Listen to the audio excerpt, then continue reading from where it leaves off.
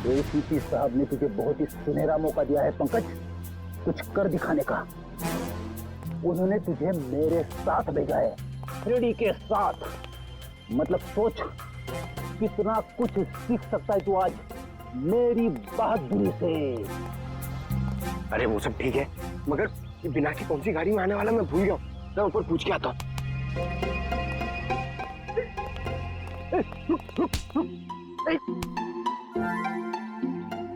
अभी उठ जा, मुझे मालूम है कौन सी गाड़ी है। ओ, अब नजरें सड़क पे रख और पैर यहीं पे इसी जमीन पे, पलके झपकने ना पाए और कदम हिलने ना पाए। मगर सर अगर आ गया तो क्या आ गया तो रोक के रख, बिना की के गिरफ्तार होने तक, समझे? आ गया आ गया आ गया आ गया। अबे चल, अरे अरे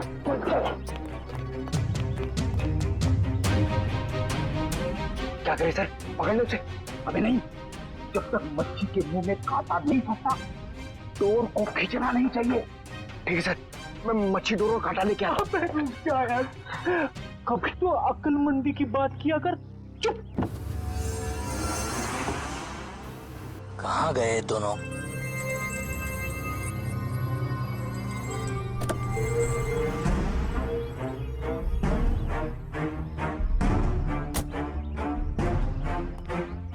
कहाँ रहेंगे दोनों? ये एड्रेस तो यहीं का है। कह रहे थे कि मुसीबत में है, और देखो दोनों लंगूरों का पता नहीं है यहाँ पर। कहीं मेरे पैसे लेकर दोनों उड़ तो नहीं गए? Crime investigation department, CID? अरे ये लोगों ने मुझे यहाँ कहाँ बुला लिया? अब आ ही गए हो तो अंदर से सीआईडी ब्यूरो भी देख लो। आप गन नीचे रखिए प्लीज। पहले ऊपर चल, ऊपर, अरे फिर गन अपने आप नीचे हो जाएगी। अरे लेकिन चल चल। बिना की बहुत पैसा है ना तुम्हारे पास, इसलिए पैसा बांटते फिरते हो, मगर सिर्फ उन लोगों को पैसा बांटते हो जिनकी ना हिम्मत है ना हैसियत पैसा लौटाने की। क्यों? और फिर उन लोगों को डराते हो। नहीं सर, मैं तो सिर्फ जरूरतमंद लोगों की ही मदद करता हूँ सर। और सर, जरूरतमंद लोगों की मदद करना तो अच्छी बात होती है ना सर। और हाँ, एक बात है, जब लोग ब्याज के साथ पैसे देते हैं ना सर, तो मेरा भी कुछ भला हो जाता है सर। और जब कोई पैसा नहीं लौटा सकता तब? तो ऐसे मुश्तलों की मदद लेनी ही पड़ती है सर।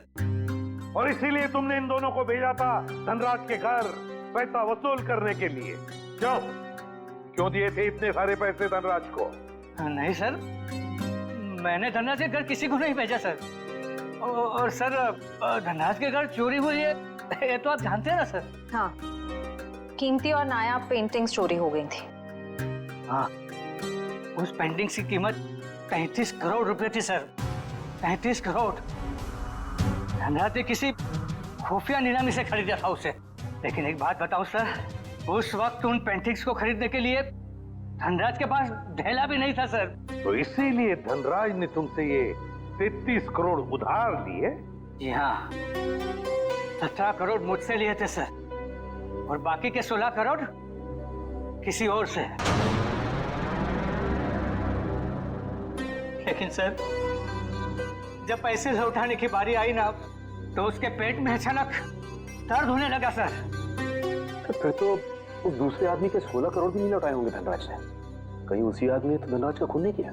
जो भी है, अगर एक बार मेरे हाथ लग जाए, वो छोड़ूंगा नहीं उसे। मैं धनराज की जान लेकर उसने मुझे भी डुबो दिया सर, बर्बाद कर दिया मुझे।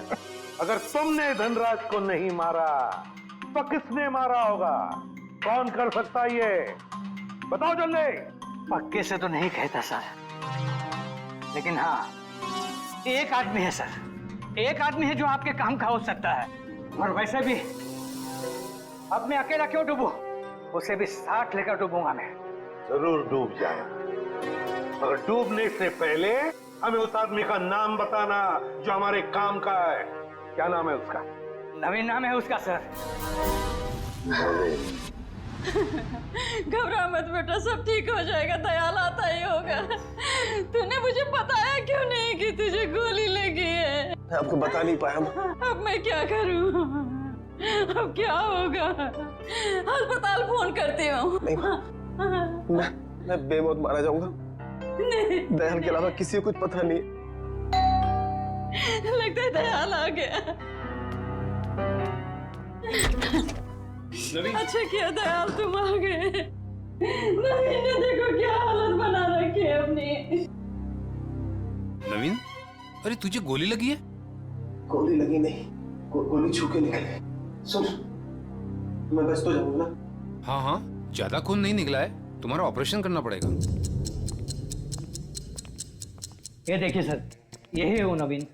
मीनाक्षी, तुम यहाँ? ये सब लोग कौन है? सीआईडी। सीआईडी? क्या हुआ है? मेरे बेटे को गोली लगी है सर। ये गोली कैसे लगी तुम्हें? सर प्लीज, अभी ये सवाल पूछने का वक्त नहीं है। अभी से हॉस्पिटल लेकर जाना पड़ेगा एम्बुलेंस में। सर मैं एम्बुलेंस को फोन करता हूँ। मतलब धनराज ने आपको मेरे बारे में सब कुछ बता दिया। क्या आप लोग मुझे इस हालत में गिरफ्तार करेंगे? इस हालत में जरा देखे तो सही।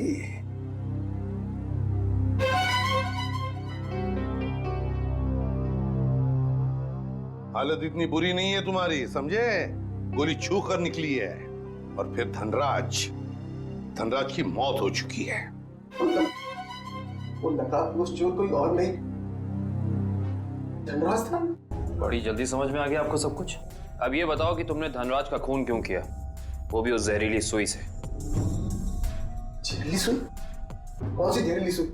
मैंने धनराज को नहीं मारा। चुपचाप बताओ, वो पेंटिंग्स कहाँ है जो तुमने चुराई धनराज के घर से? कहाँ है वो उस कमरे पर बेड के नीचे।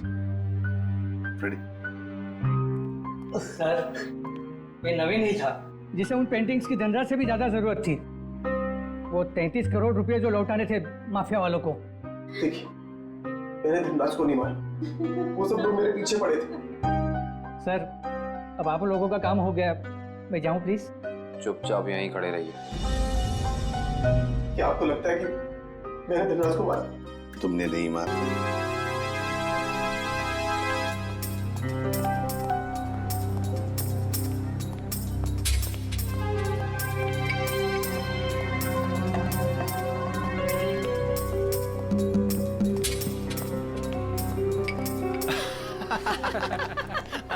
क्या पिक्चर थी यार, पैसे पूरे वसूल हो गए। मुझे कुछ खास पसंद नहीं आई यार, एकदम बकवास मूवी थी। ठीक कह रहा है ये, हीरो हीरोइन तो पूरे फ्लॉप थे। तुम लड़कियों का ना स्टोरी पे तो ध्यान रहता नहीं है, सिर्फ हीरो हीरोइन देखने आते हो। मुझे तो नहीं अच्छी लगी।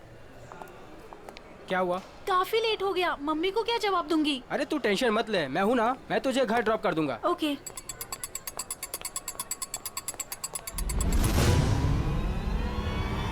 गोली में चला दो, एक गोली में चला दो।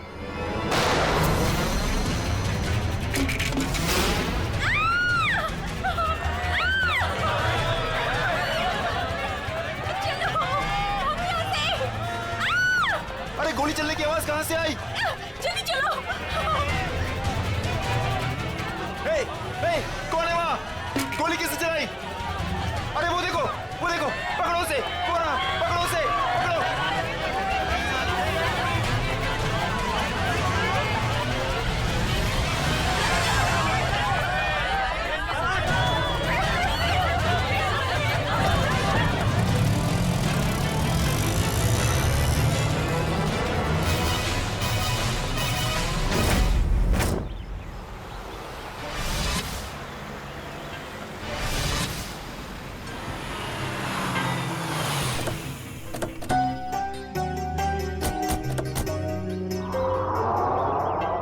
यही है वो Dhanraj palace.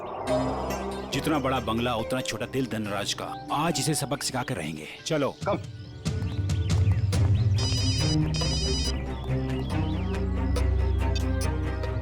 Sir, yes sir. हाँ, हम लोग पहुंच गए। काम पूरा करके ही वापस आएंगे। Okay sir.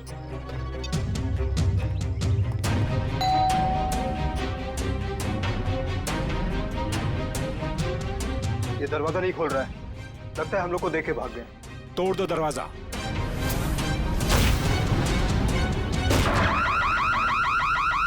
ये तो चोर अलार्म है।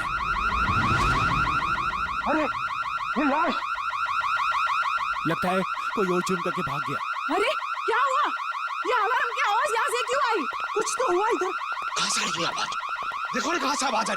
अरे देखो, अरे अरे याद हो रहा। अरे किसने किया ये?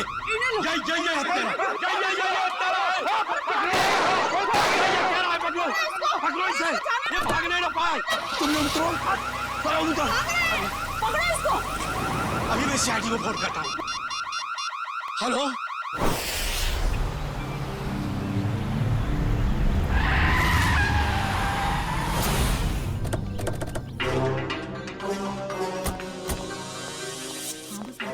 हटिए, हटिए प्लीज।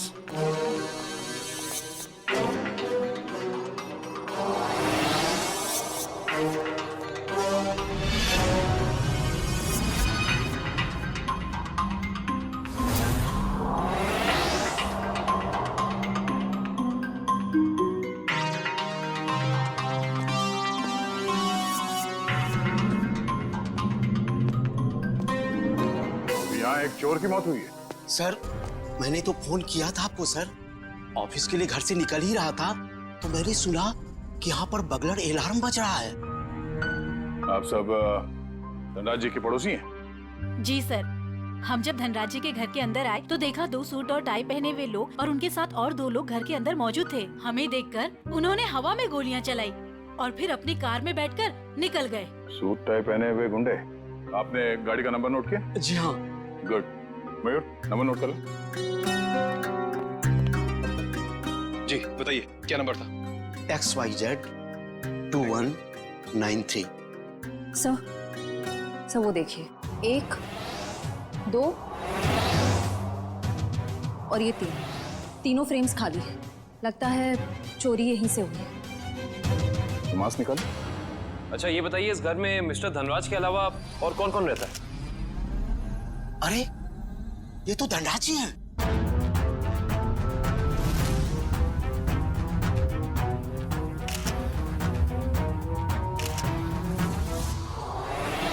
लेकिन इन्होंने चोरों वाले कपड़े क्यों पहन रखे हैं? धनराज जी अपने ही घर में चोरी कर रहे हैं। उनकी मौत भी हो गई। तो लगता है इन्होंने मरने से पहले गोली चलाई है। सचिन, निखिल, श्रेया, तो देखो घर में इनके परिवार वाले हैं क्या?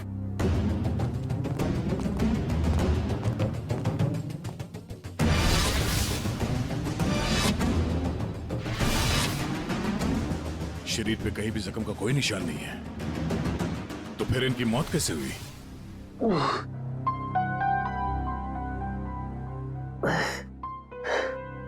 10:30।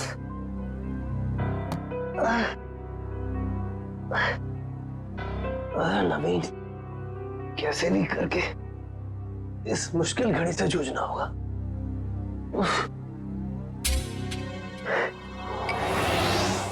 ये अभी तक यहीं पड़ी है। माँ ने देख लिया तो प्रॉब्लम हो जाएगी।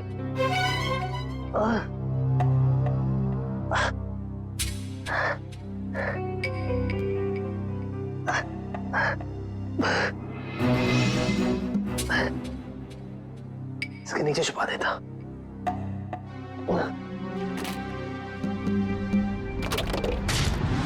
आप सब लोग जा सकते हैं। अगर जरूरत पड़ी तो फिर से बुला लेंगे।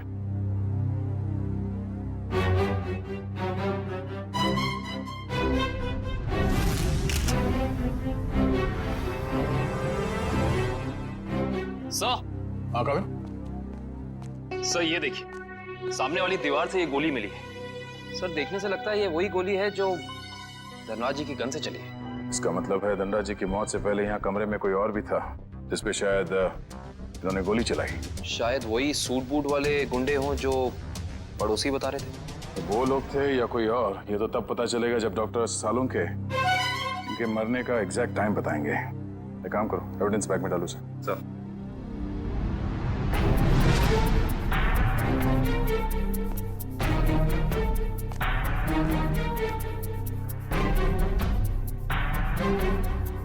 माइक पे मिट्टी लगी है। मयूर सर, तो देखना धनराज जी के जूते पे कीचड़ या मिट्टी लगा है क्या?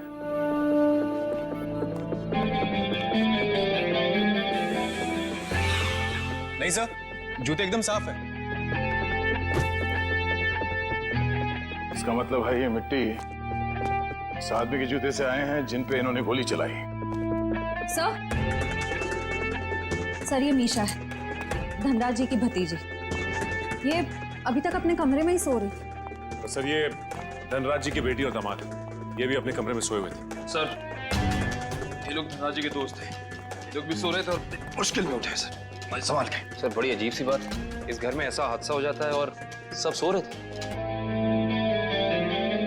नहीं करें, लगता है इन्हें कोई नशीली दवाई दी गई है। होश में आओ, होश में आइए आप लोग, होश में आइए आप। धनराज जी की मौत हो चुकी है। ये कैसे हो सकता है? थोड़ा पीछे प्लीज। पापा आगे खोलिए। अरे पेंटिंग्स कहाँ गए?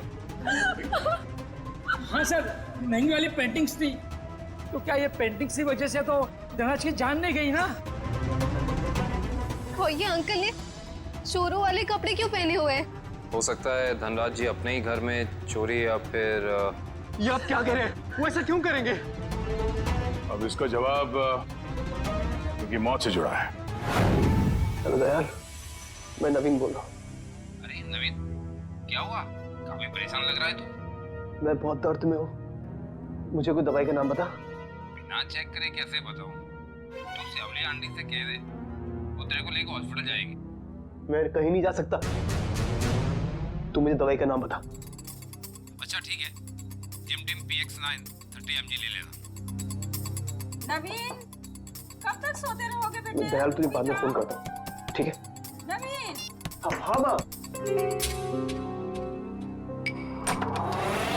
हाँ माँ। बेटा तुम्हारा चेहरा इतना पीला कैसे पड़ गया है? तबीयत तो ठीक है ना? रात को मैं देर से सोया था तो नींद पूरी नहीं हो पाई। आप मेरे लिए दवाई मंगा देंगी? हाँ मैं दवाई ला दूंगी। मैं तो बाजार जा ही रही थी सामान लेने के लिए, लेकिन तुम डॉक्टर को क्यों नहीं दिखा लेते? नहीं माँ, ये विटामिन की गोली है, दयाल ने बोली थी खाने के लिए। मैं ठीक हूँ। दवा का नाम क्या है? जिमटिम PX9 30 mg। अच्छा ठीक है, मैं लेती आऊंगी। ठीक है बेटा।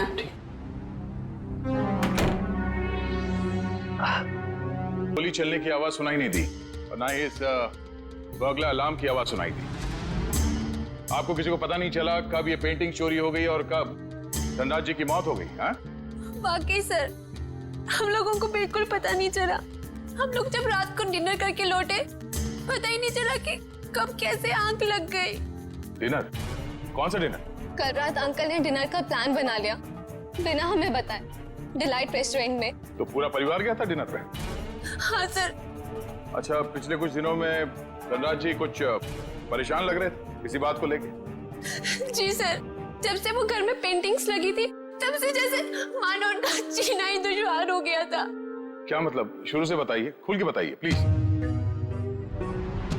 33 करोड़? तुमने पेंटिंग्स 33 करोड़ में खरीदी? इसे क्या तुम दीवारों पे सजाओगे? मुझे क्या किसी पागल कुत्ते ने काटा है जो इतनी महंगी पेंटिंग को दीवार पे सजाऊंगा? मैं इसका कुछ और ही करूंगा। क्या करोगे? तुमसे मतलब? वक्त आने पे सब कुछ पता चल जाएगा। पापा, आपको कोई धमकी दे रहा है पेंटिंग को लेकर? इतनी महंगी पेंटिंग्स चोरी हो गई तो? और आप पुलिस के पास क्यों नहीं जाते? बस इस घर में दिमाग सिर्फ तुम लोगों के पास ही नहीं है। मुझे कब क्या करना चाहिए ये मुझे किसी से जानने की कोई जरूरत नहीं है। ये आप क्या कर रहे हैं? अरे इतनी महंगी पेंटिंग्स तूने फ्रेम कर डाली। उस दिन तो कह रहा था कि ये दीवार पर टांगने के लिए नहीं है। अरे 33 करोड़ की है, सोच ले। यार ये मेरी पेंटिंग है, मैं इसे जहां चाहूं वहां टांगूंगा। सर ये केस तो काफी पेचीदा होता जा रहा है। धनराज ने पहले पेंटिंग खरीदी और बाद में उसी पेंटिंग को चुराने की कोशिश की। और पेंटिंग चुरा ले गया कोई और, जिसपे शायद धनराज ने गोली भी चलाई थी। और सर वो सूट बूट वाले गुंडे वो यहाँ क्यों आए थे? उनका मकसद क्या था? इस केस में जवाब कम है, सवाल बहुत ज्यादा। मगर मुझे लगता है कि ये पेंटिंग्स ही कारण है धनराज जी की मौत का।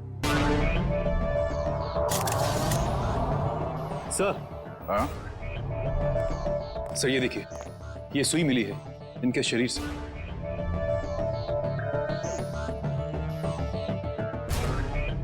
सर ये खून सुई से हुआ है? ये खून सुई से हुआ है या किसी और चीज से, ये तो डॉक्टर सालुंके ही बताएंगे।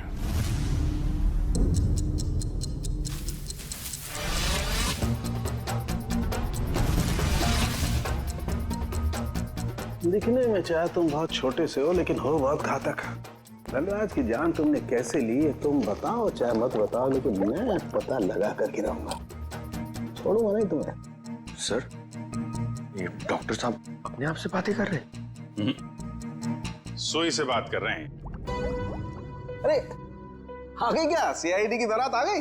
हाँ, सबूतों के फूल माला तैयार है। भाई साहब सबूतों की माला से आपका मतलब अगर इस गोली से है तो माफ करना, सीआईडी की पूरी टीम को मायूस होकर के जाना पड़ेगा। क्यों? क्योंकि गोली इतनी बुरी तरह से पिचक गई है कि इससे बात करना बड़ा मुश्किल है।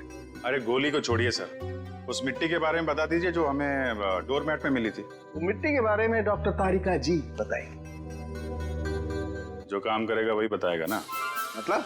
नहीं मतलब मिट्टी के बारे में यही पता लगा रही थी ना, तो यही बताएंगी। जी इस डोरमैट पे जो मिट्टी लगी हुई है वो धनराज जी के गार्डन में जो मिट्टी है उससे अलग है। अरे वाह डॉक्टर तारिका, ये कैसे पता चला आपको? वो ऐसे फ्रेडी सर कि गार्डन में ये जो मिट्टी मिली है इसमें हमें कीड़े मारने की दवाई मिली है, और डोरमैट में से जो मिट्टी मिली है उसमें ऐसा कुछ भी नहीं है। मतलब साफ है बॉस, डोरमैट वाली मिट्टी कहीं और से आई है, बाहर से, शायद किसी के जूतों से। मतलब अभिजीत ये उस आदमी की जूतों पर से आई है मिट्टी जिस पर धनराज ने गोली चलाई थी, चोर नंबर 2। धनराज की गोली तो चोर नंबर 2 को नहीं लगी, लेकिन चोर नंबर 2 की पिन जरूर धनराज जी की जान ले गई। कैसे? ये देखो, इस पिन को मैंने इस पानी में उबाला तो इस पानी का रंग हल्का नीला हो गया। इसका मतलब साफ है उस पिन पर जहर लगा हुआ था। कमाल है डॉक्टर साहब, आपने तो बारातियों को अच्छा शगुन दे दिया। खुश हुए ना? सालुंके ये सुई कब लगी थी, कितने बजे? बस रात के करीब 10 से 12 बजे के बीच में।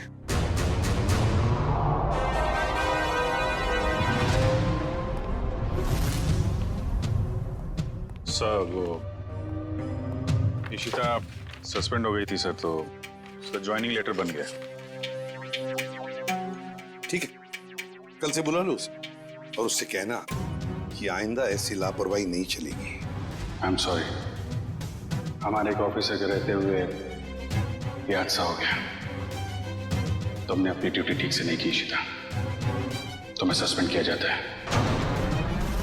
हाँ सर, मैंने बात की है उससे, वो कह रही थी ऐसी गलती दोबारा नहीं होगी। देख पंकज, मैं तेरा सीनियर हूँ, इसीलिए मेरी बात में तेरी बात से ज्यादा दम है, समझे? नहीं यार ऐसा कुछ भी अरे नहीं। नहीं कैसे?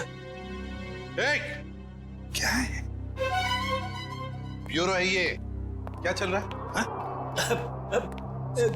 नहीं, कुछ नहीं सर, कुछ नहीं। मैं तो सिर्फ पंकज को धनराज वाले केस की बारीकियां समझा रहा था, मगर इसके दिमाग में घुस ही नहीं रहा है। अच्छा तो हमें बता दो क्या बारीकियां हैं? हाँ सर बताइए, अभी बताइए। अरे तू सुनेगा तब ना। सर मुझे तो ये पूरा केस टेढ़ा लग रहा है। अगर पेंटिंग धनराज के घर पे थी तो उसे चोरी करवा के उन्हें क्या फायदा होगा? और ये गैर कानूनी पेंटिंग को कौन से इंश्योरेंस के पैसे मिलने वाले थे? और फिर उस चोर का उसी वक्त धनराज के घर में घुसना जब धनराज अपनी पेंटिंग चुरा रहा था। कुछ जम नहीं रहा है अभिजीत, बड़ी गहरी प्लानिंग की है ये घर में घुसना और फिर सुई से खून करना। और सर सुबह गुंडों का घर में घुसना, इन सब के बीच में कोई ना कोई संबंध है सर। संबंध है अभिजीत, संबंध है। ये कोई संयोग की बात नहीं कि जिस वक्त ये आंधी तूफान मच रहा था तब घर के सारे लोग गहरी नींद में सो रहे थे, जैसे कि एक एक को लेकर सबको नींद की दवाई खिलाई थी। सर, धनराज की भतीजी मिशा बता रही थी कि धनराज कल रात अपने परिवार वालों को एक सरप्राइज डिनर पे ले गए थे रेस्टोरेंट में। कल रात अंकल ने डिनर का प्लान बना लिया बिना हमें बताए, डिलाइट रेस्टोरेंट में। अभिजीत, कहीं ऐसा तो नहीं कि ये जो कुछ भी हुआ है उसका उस होटल से संबंध हो जहां पर ये सारे गए थे खाना खाने? देखो, ग्राहक हमारे लिए भगवान समान है और उन्हीं की वजह से हमारा घर चलता है। चाहे उनका मूड अच्छा हो या बुरा, हमें सबका ख्याल रखना है। मुस्कुरा के सबको अच्छे से खाना परोसना है। किसी भी ग्राहक से कोई शिकायत नहीं आनी चाहिए। समझ गए तुम लोग? जी मैनेजर साहब, समझ गया। हम सीआईडी वालों को भी कुछ समझा दीजिए। सीआईडी? नमस्ते सर। हमारे तो भाग ही खुल गए सर कि आपने हमारा रेस्टोरेंट चुना है खाना खाने के लिए। काश हम लोग यहाँ खाना खाने आते, तहकीकात करने नहीं। देखिए, हम यहाँ खाना खाने नहीं, कुछ सवाल पूछने आए हैं। कैसा सवाल सर? क्या कल रात मिस्टर धनराज अपने परिवार के साथ यहाँ खाना खाने आए थे? मिस्टर धनराज वो मशहूर बिजनेसमैन जो पिटोराइल में रहते हैं। क्या बात है? अपने कस्टमर के एड्रेस तक याद है आपको? तो सर, सबके तो याद नहीं रहते, लेकिन मिस्टर धनराज हमारे खास मेहमान हैं। वो अक्सर यहाँ आते रहते हैं, इसलिए। तो क्या कल रात वो अपने परिवार के साथ यहाँ आए थे? हाँ, आए तो थे, लेकिन आपको कैसे मालूम? क्योंकि उनके खाने में कुछ ऐसा मिला है जो नहीं होना चाहिए था। मैं कुछ समझा नहीं सर। नींद की दवा। उनके खाने में हमें नींद की दवा मिली है। किसने दिया था खाना उन्हें? सर, वो टेबल तो रघु ने साफ किया था। नहीं साहब, मैंने नहीं। जब मैं ट्रे लेकर जा रहा था तो मैनेजर साहब ने मेरे हाथ से ट्रे खींच लिया था। इन्होंने कहा था खास मेहमान है और ये खुद खाना लेकर जाएंगे। अपने काम को बहुत सीरियसली लेते हैं आप, हैं? मैनेजर होके खाना सर्व कर रहे थे। सर, आप मुझ पर शक कर रहे हैं? जी हाँ, अब हम आप पर शक कर रहे हैं क्योंकि खाना आपने सर्व किया था, है ना? जी नहीं सर। तो फिर किसने किया? धनराज साहब खुद लेकर गए थे। क्या सर, मैं पहली बार सुन रहा हूँ कि कोई रेस्टोरेंट में आकर भी खुद खाना लाने गया। ये बर्तन वगैरह उन्होंने ही साफ किए थे क्या? सर, मैं मजाक नहीं कर रहा हूँ। जैसे ही मैंने रघु के हाथ से ट्रे ली और उनके टेबल की ओर जा रहा था कि अचानक वॉशरूम से धनराज साहब आए और मेरे हाथ से खाने की ट्रे ले ली। कहा कि खाना वो लोग खुद परोस लेंगे। क्या इससे पहले भी कभी उन्होंने ये किया था? कभी नहीं सर। कल रात उनका बर्ताव बड़ा ही अजीब था। उन्होंने यहाँ खाना खाया भी नहीं, सिर्फ जूस पिया। अच्छा, सिर्फ जूस पिया सर, कुछ खाया नहीं, ताकि वो जागते रहे और सारा परिवार सो जाए। बिल्कुल अभिजीत, ये नींद की दवा और किसी ने नहीं मिलाई खाने में। धनराज ने ही मिलाई थी नींद की दवा। माँ, माँ,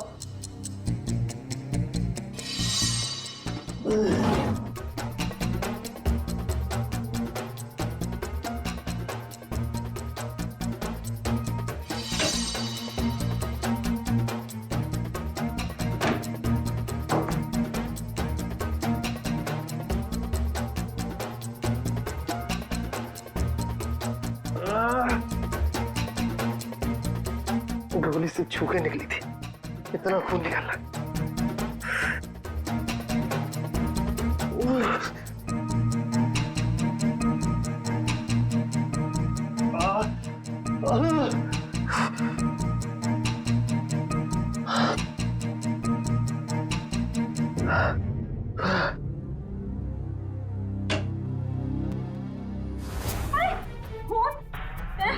दोनों की स्टाइल देखी?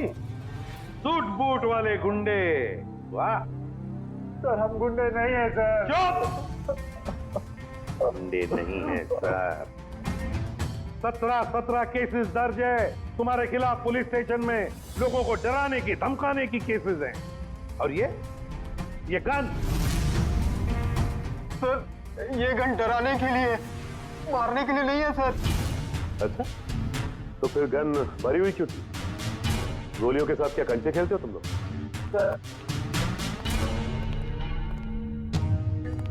पीयूष, तूने हमें पकड़वाया? तेरे ऊपर हमने गन भी नहीं ताड़ी थी और तूने हमें पकड़वाया। सर यही दोनों थे जिन्होंने मामा जी के घर पे आके तोड़फोड़ की थी।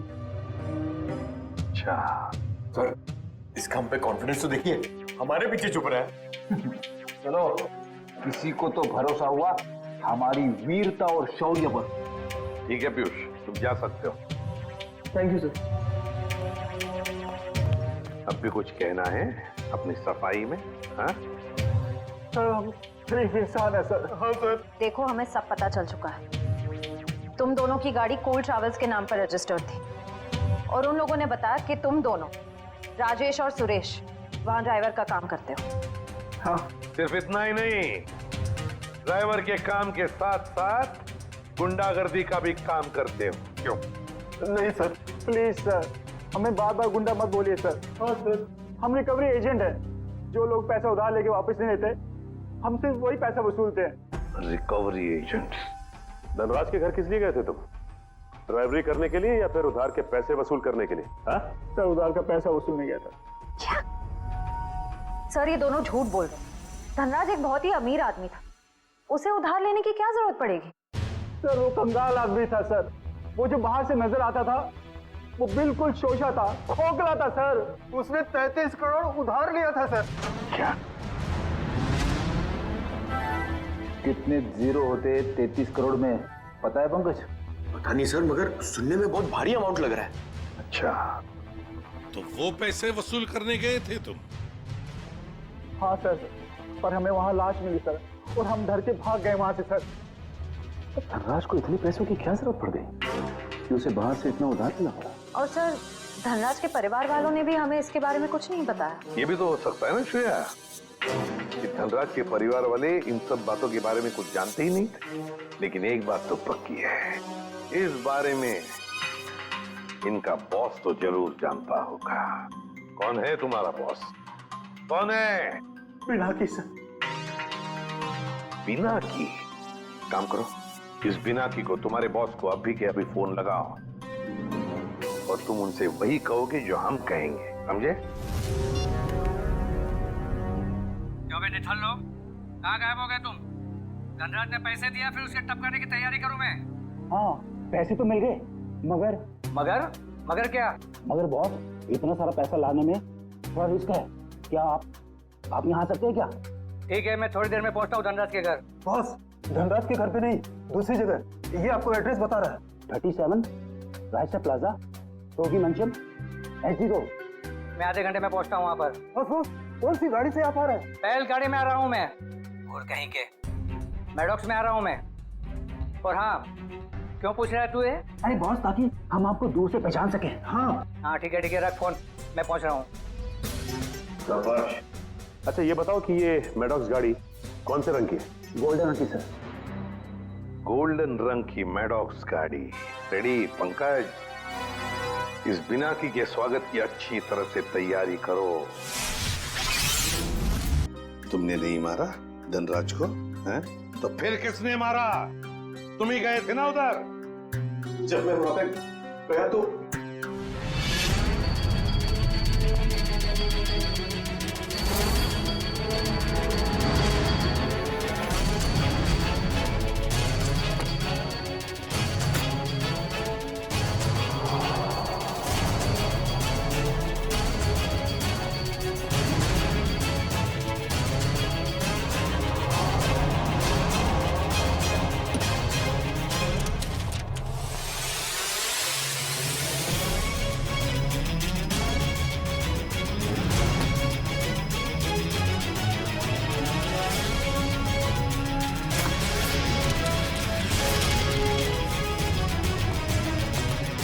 अरे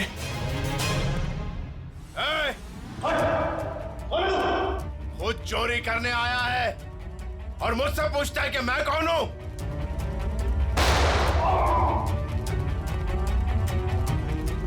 भागता किधर है?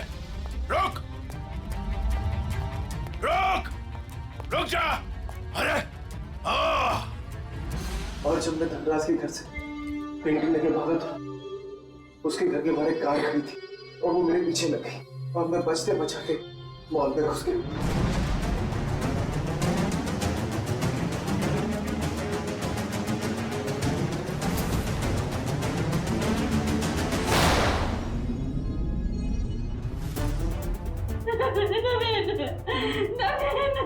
आगे खोलो बेटा, मेरे आगे खोलो मेरे बच्चे।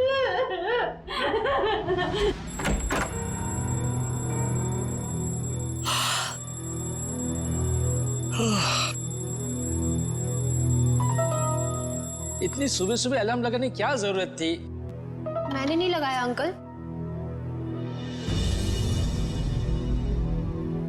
अरे ये पेंटिंग्स कहाँ से आ गई वापस?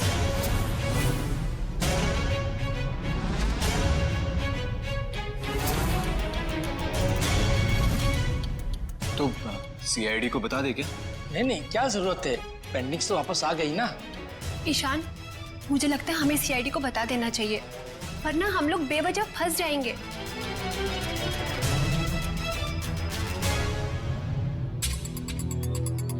सर एक बात समझ में नहीं आ रही, हमने वो पेंटिंग वापस घर में क्यों लगाई? क्योंकि मुजरिम घर का ही कोई आदमी है और उस पेंटिंग को घर में वापस लगा दे, वो कोई ना कोई हरकत जरूर ऐसी करेगा जिससे उसके सारे पत्ते खुल जाएंगे। सर, सारे परिवार वालों के फोन टैप करने को कह दिया, अब मुजरिम हमसे बच नहीं पाएगा। गुड।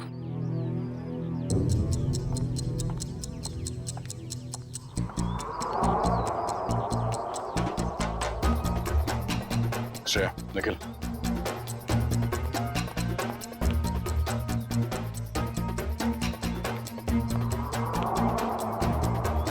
ये दोनों तो आपस में काफी खुसर फुसर कर रहे हैं। अभी तक धनराज के पैसों पे ऐश कर रहे थे, अब देखना पड़ेगा उनकी मौत के बाद इनके आगे का प्लान क्या है। सचिन, मयूर,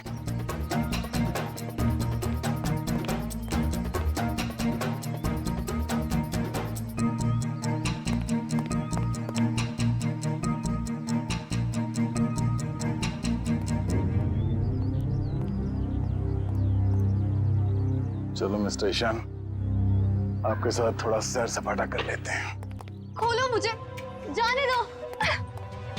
सही किया मैंने तुम्हें यहाँ पर बांध के, मुझे तुम पर मॉल की रात से ही शक था। जीजू, मैंने आपसे माफी मांग तो ली है, मैं नहीं मार पाई नवीन को, लेकिन मैंने आपको कोई धोखा नहीं दिया। मुझे सच में नहीं पता कि पेंटिंग्स कहाँ है। बस बंद करो ये ड्रामा और ये बताओ घर पर पेंटिंग्स किसने लगाई थी और कौन है तुम्हारा साथी?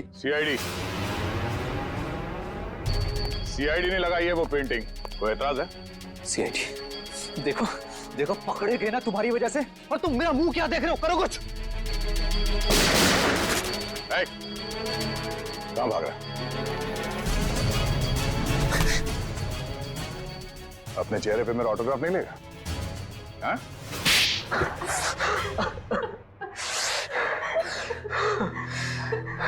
ससुर जी ने मुझसे 20 करोड़ रुपए उधार लिए थे, जिसमें से 16 करोड़ पेंटिंग्स के लिए, और ससुर जी की आर्थिक स्थिति ऐसी नहीं थी कि वो मेरे पैसे लौटा सके। भाई शान, और फिर तुमने उन्हें मार दिया। एक बार भी नहीं सोचा कि जिनकी तुम जान ले रहे हो वो तुम्हारी बीवी के पापा है। और तुम ईशान, तुम तो मेरी बहन हो ना, तुम कैसे ईशान का साथ दे सकती हो? दी, अंकल ने तो मुझे कभी प्यार ही नहीं किया, हमेशा मुझे सिर्फ एक बोझ समझा। तो ईशान ने तुम्हें अपने प्लान में शामिल कर दिया, पेंटिंग्स बेचकर 33 करोड़ रुपए पाने का। हा? तो क्या गलत किया? ससुर जी के पास पैसे तो थे नहीं, सारी शान और शौकत मेरे दम पर थी। मुझे मौका मिला, मैं पीछे नहीं हटा। बहुत बड़ी गड़बड़ हो गई है धनराज जी। वो 33 करोड़ की पेंटिंग बेचने के लिए नहीं थी, अब वो चोरी का माल हो गई। क्या बकवास कर रहे हो तुम? फंसा दिया ना मुझे, अब मैं उन्हें बेचूंगा कैसे? वो तो पता नहीं, लेकिन गवर्नमेंट एजेंसीज ने उसकी तलाश शुरू कर दी है, वो कभी भी आप तक पहुंच सकती है। तुम देखना, मैं उन पेंटिंग्स को बेचूंगा भी और मुनाफा भी कमाऊंगा और खुद को बेगुनाह भी साबित कर दूंगा। लोहा गर्म था और मैंने हथौड़ा मार दिया। मगर तुम दोनों के खाने में तो धनराज जी ने बेहोशी की दवा मिलाई, तो फिर तुम लोगों को असर कैसे नहीं हुआ? जैसे हमें पता चला कि अंकल ने खाने में दवाई मिलाई है, हम लोगों ने मौका पाते वॉशरूम में जाके उल्टी कर दी। मगर नवीन बीच में आ गया और तुम्हारा प्लान चौपट हो गया। हाँ, अगर नवीन बीच में नहीं आता तो जैसे ही ससुर जी सारी पेंटिंग्स लेकर घर से बाहर निकलते, मीशा उन्हें गाड़ी से उड़ा देती, लेकिन सारी पेंटिंग्स नवीन के हाथ में लग गई। मगर धनराज को मारने की क्या जरूरत थी? तुम्हें तो सिर्फ पेंटिंग्स ही चाहिए थी ना? क्योंकि मुझे लगा अगर पेंटिंग्स मेरे हाथ से निकल गई तो कम से कम घर और जायदाद तो मुझे मिल जाएंगे।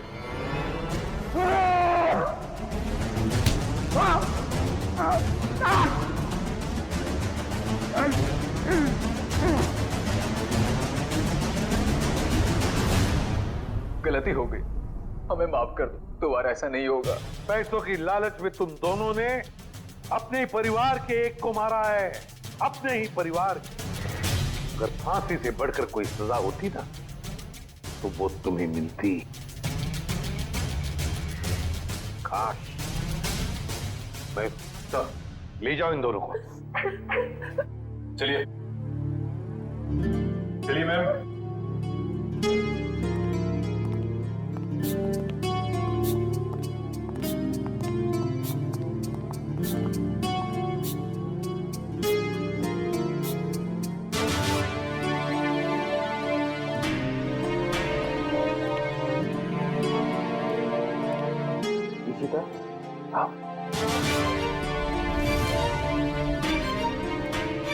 सर ये इशिता हिचकिचा रही है आपसे मिलने में।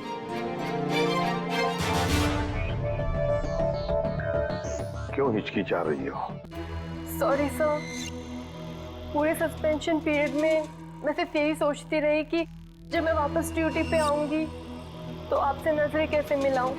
अपनी गलती का एहसास हुआ तुम्हें? गलती ही नहीं सर, एक बोझ है ये मेरे ज़मीर पर जो हमेशा रहेगा, शायद मेरी आखिरी सांस तक। सर तुम्हारी तो अभी शुरुआत है। सीआईडी के रास्ते पर आगे चलकर तुम्हें कितने तरह के कांटों पर से गुजरना पड़ेगा पता नहीं है तुम्हें, लेकिन एक बात जरूरी है कि हर सीआईडी ऑफिसर को अपनी गलतियों का एहसास होना चाहिए, अपनी गलतियों से सीखना चाहिए और दोबारा गलती कभी दोहरानी नहीं चाहिए। समझी? काम पे लग जाओ।